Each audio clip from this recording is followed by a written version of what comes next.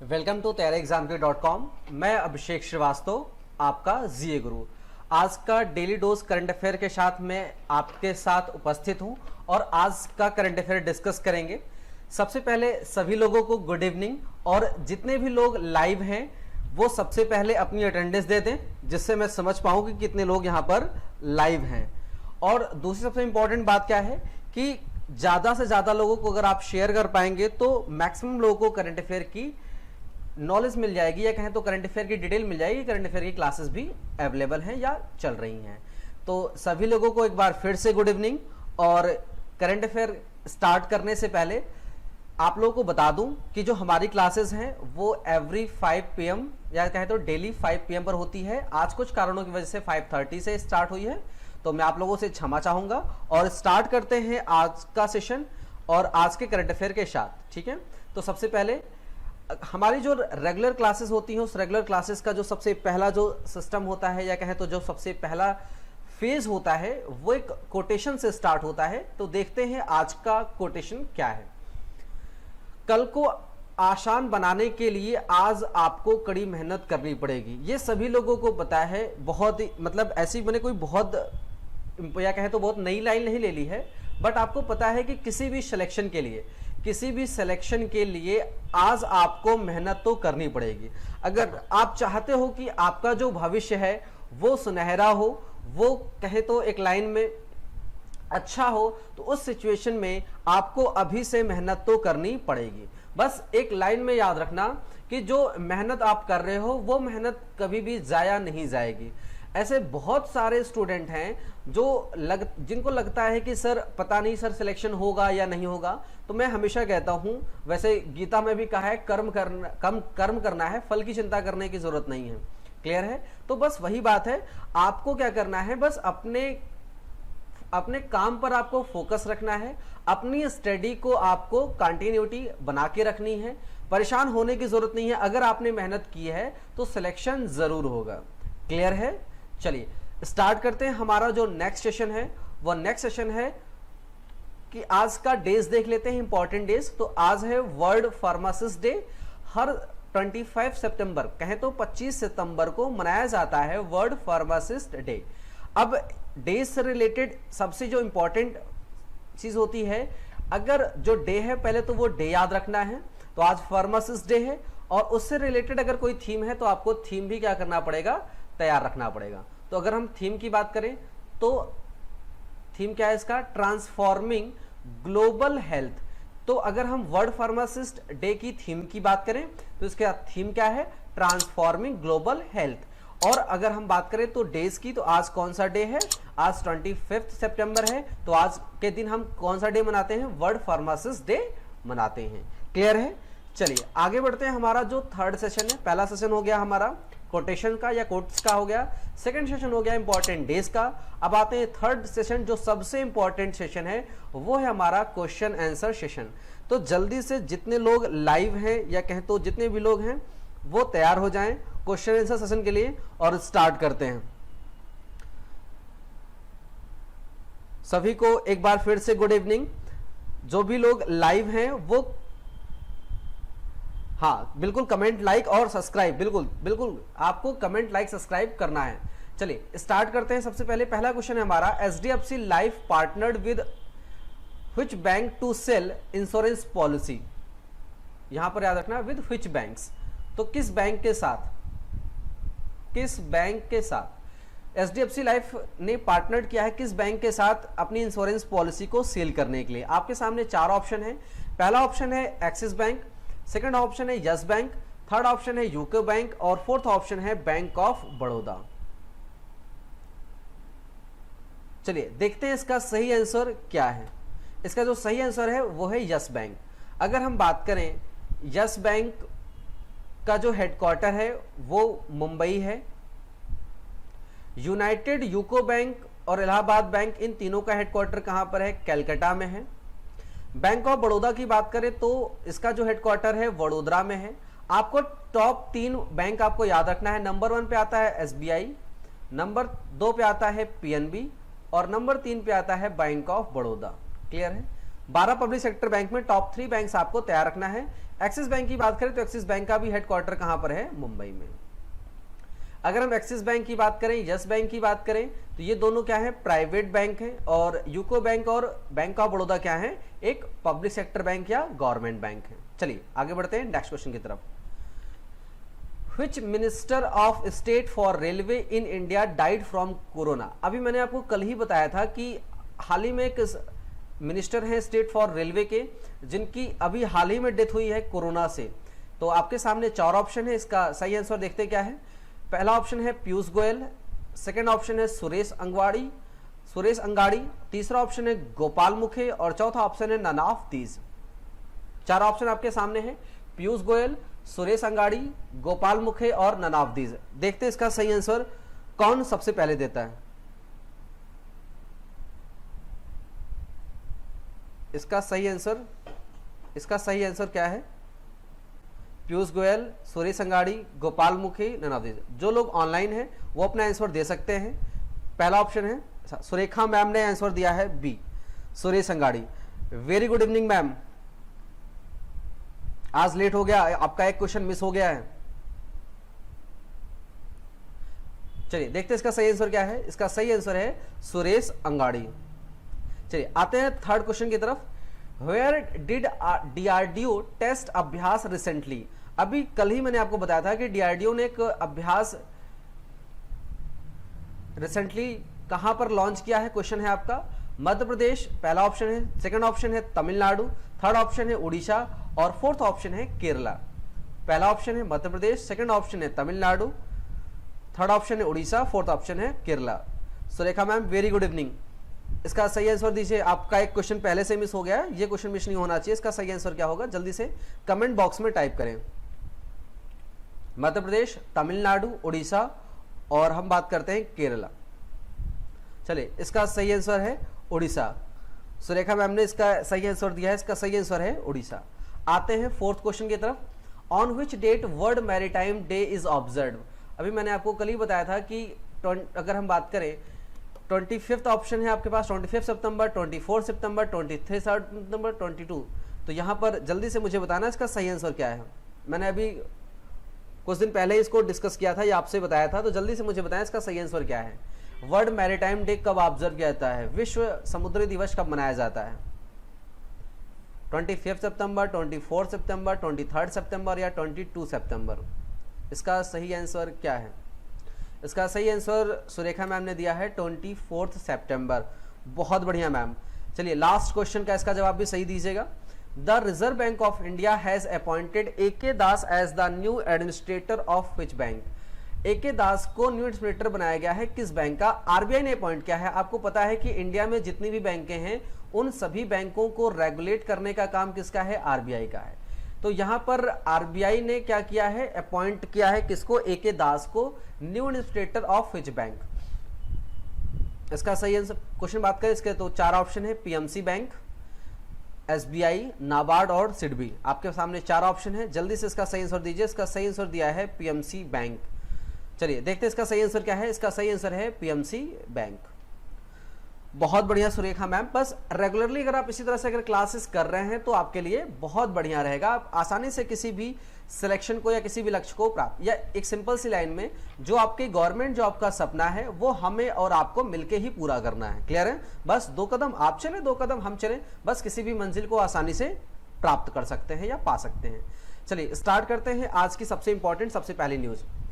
Prime minister Narendra Modi ने fit India में age fit India age उपयुक्त फिटनेस प्रोटोकॉल लॉन्च किया। Prime minister Narendra Modi has launch the fit India age appropriate fitness protocol at fit India dialogue. अब बात करें fit India age appropriate fitness protocol को launch किसने किया है? प्राइम मिनिस्टर नरेंद्र मोदी जी ने। अब बात करें इसमें 3 कैटेगरीज में ये प्रोग्राम ऑर्गेनाइज किया जा रहा है। एक है 5 to 18 एज, सेकंड कैटेगरी है आपकी 18 to 65। एग्जाम में हो सकता है कैटेगरी पूछी जा सकती है 3 कैटेगरीज में। और बात करें तो अबव 65 या कहें तो 65 प्लस एज। तो ये 3 कैटेगरीज में ये प्रोग्राम ऑर्गेनाइज किया जा रहा है फिट इंडिया प्रोग्राम। इसके बाद बात करें तो इसमें बहुत सारे लोगों को क्या किया गया है, एज अ मेंबर चूज किया गया है। जैसे बात करें तो विराट कोहली जी को किसी पहचान की मोहताज नहीं है, ये क्रिकेटर है। इसके बाद बात करते हैं मिलिंद सोमान, ये एक एक्टर हैं। और तीसरा नाम है जो एक और इंपॉर्टेंट नाम है, रुजुता दिवेकर, ये एक न्यूट्रिनिस्ट हैं,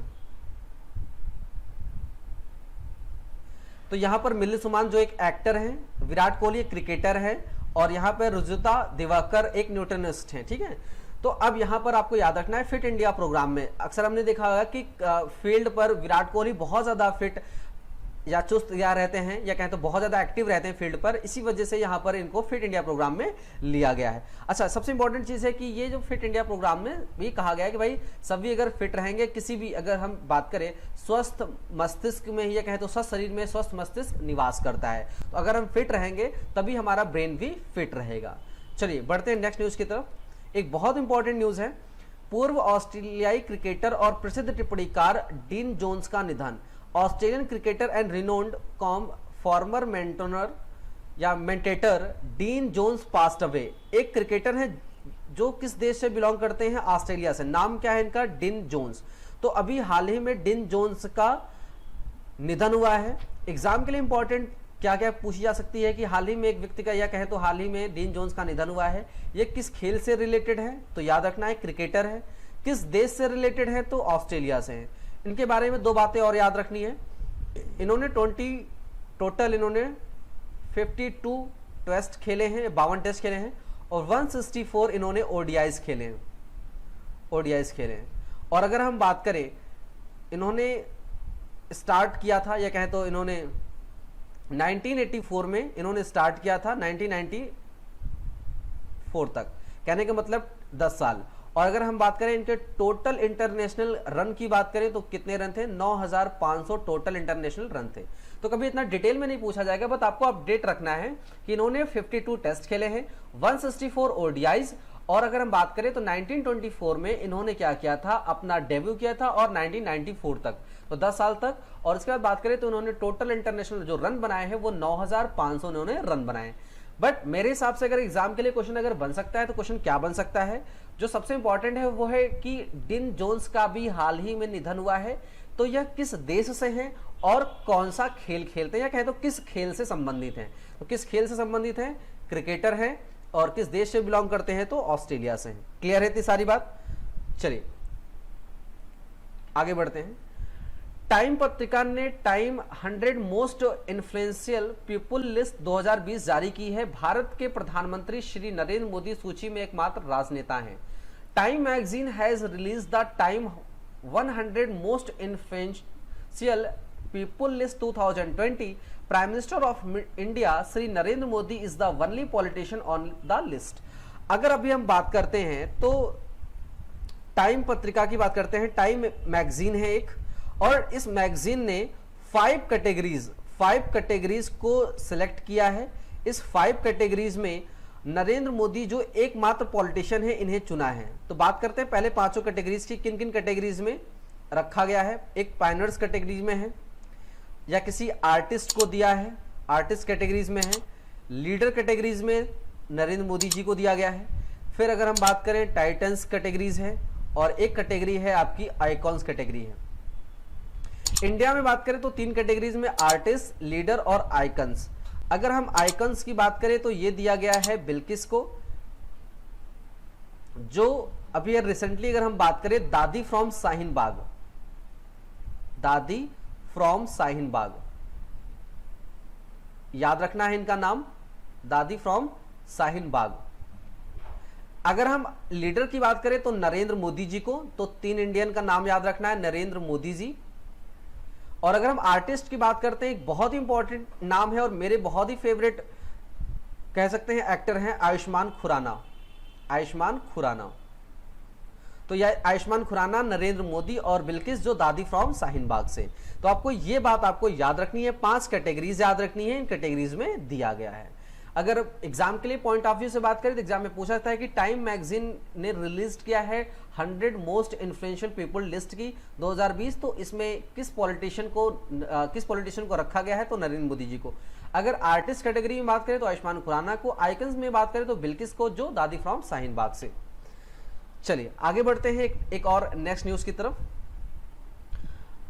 असम के मुख्यमंत्री सर्बानंद सोनोवाल ने राज्य परिवहन विभाग की मुख्यमंत्री ग्राम विकास योजना शुरू की है। The chief minister of Assam Sarbananda Sonowal has launch the मुख्यमंत्री ग्राम परिवहन अचोनी योजना। अब यहां पर एक बहुत इंपॉर्टेंट बात है, याद रखनी है, the state of transport department. सबसे पहले अगर हम बात करें मुख्यमंत्री जो ग्राम विकास योजना से रिलेटेड है, इसमें क्या कहा गया है, सबसे पहली इंपॉर्टेंट बात, ये जो स्कीम है वो किससे रिलेटेड है, पहले वो बात याद रखनी है। सबसे पहली चीज है ये लाइट व्हीकल से रिलेटेड है, लाइट मोटर व्हीकल से रिलेटेड है स्कीम, जिसमें काम क्या करना है, इसका टारगेट क्या है, इम्प्रूव रूरल कनेक्टिविटी,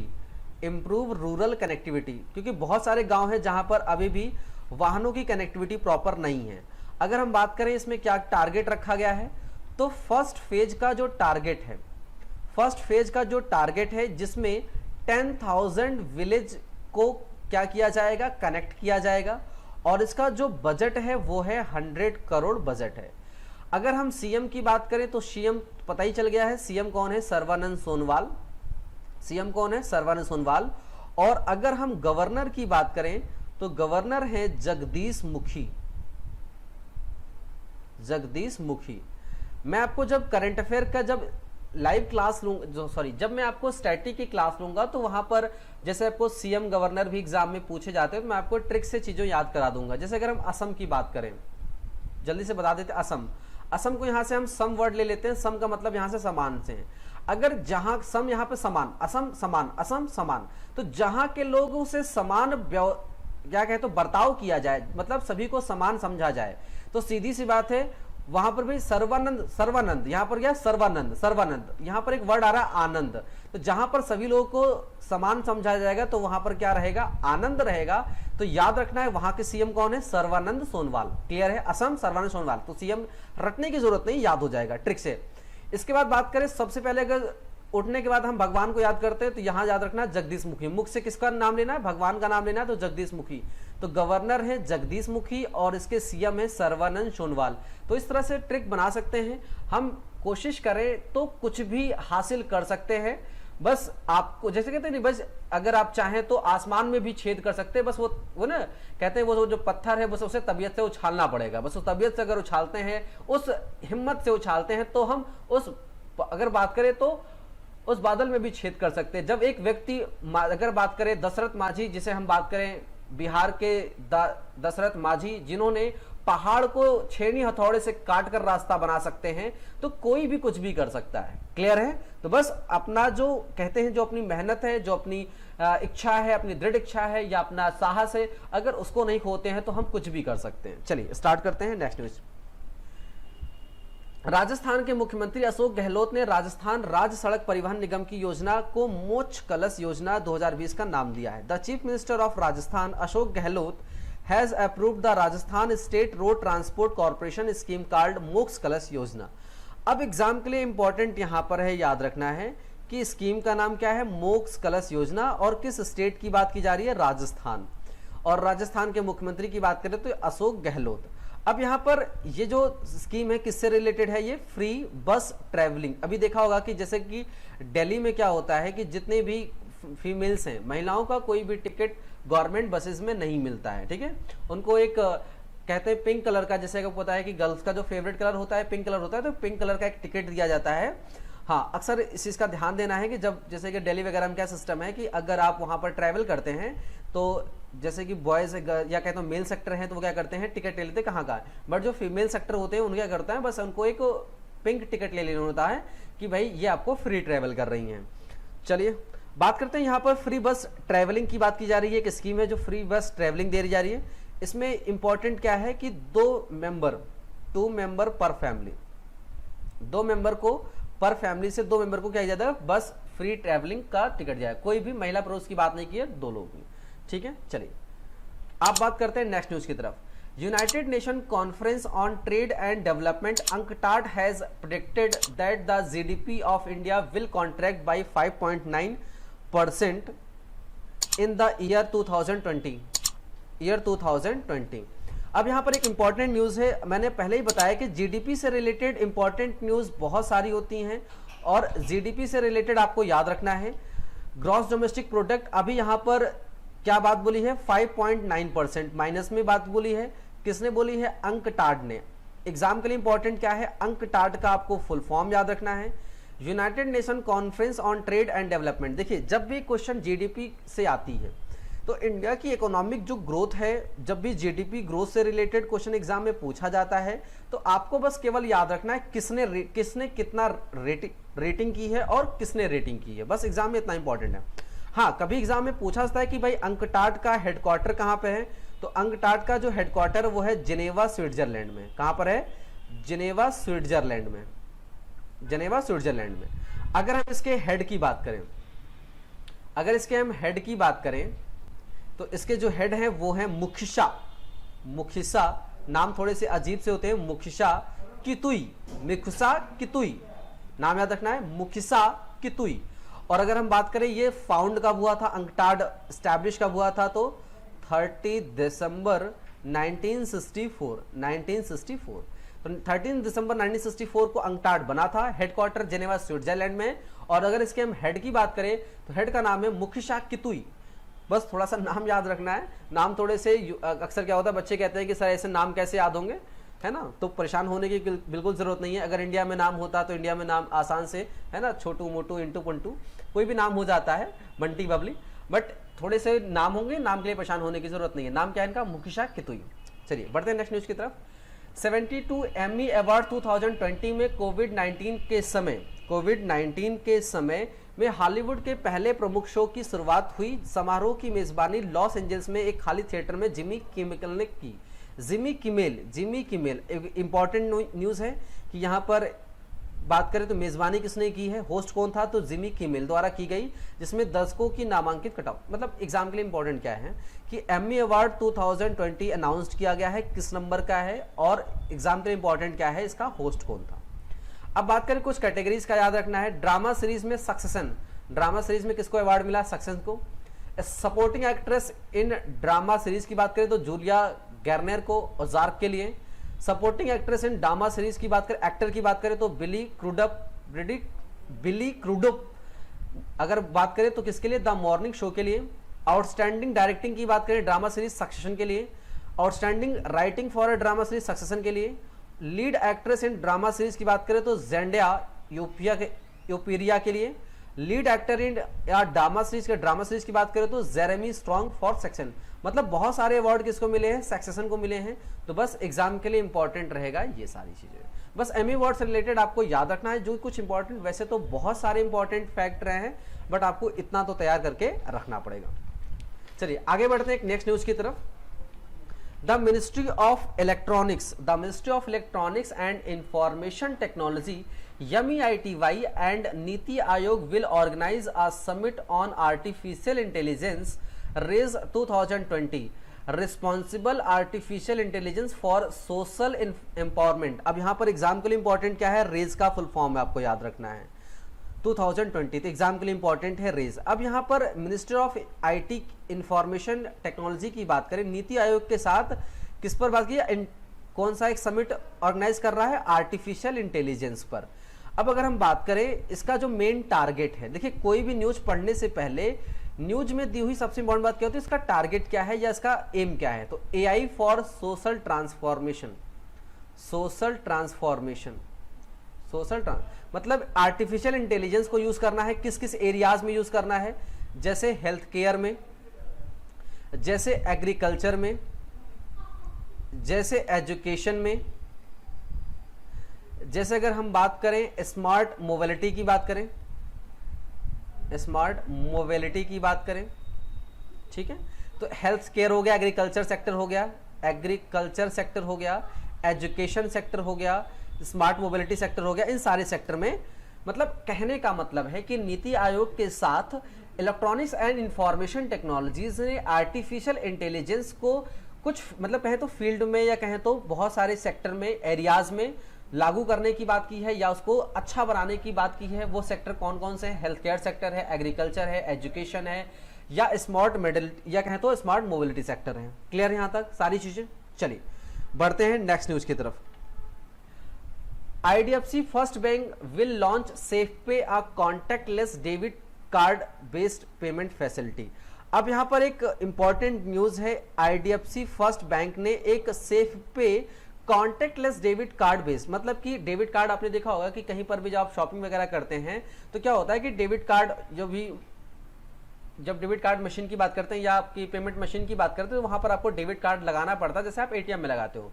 बट यहां पर क्या होगा कि आपको डेबिट कार्ड या क्रेडिट कार्ड कॉन्टैक्टलेस है, मतलब कि आपको डेबिट कार्ड क्रेडिट कार्ड को कहते वो मशीन में लगाने की जरूरत नहीं है। क्या कहने का मतलब क्या होगा? कॉन्टैक्ट मतलब कि एक सिग्नल या कहें तो कुछ दूर या डिस्टेंस में या कहें तो एक रेंज में क्या करेगा, वो उसको एक्सेप्ट करेगा और आसानी से क्या हो जाएगा, पेमेंट हो जाएगा। क्लियर? अभी आपने देखा होगा बहुत सारे वी-मार्ट वगैरह में ये फैसिलिटीज ऑलरेडी कहीं चल रही है। क्लियर है?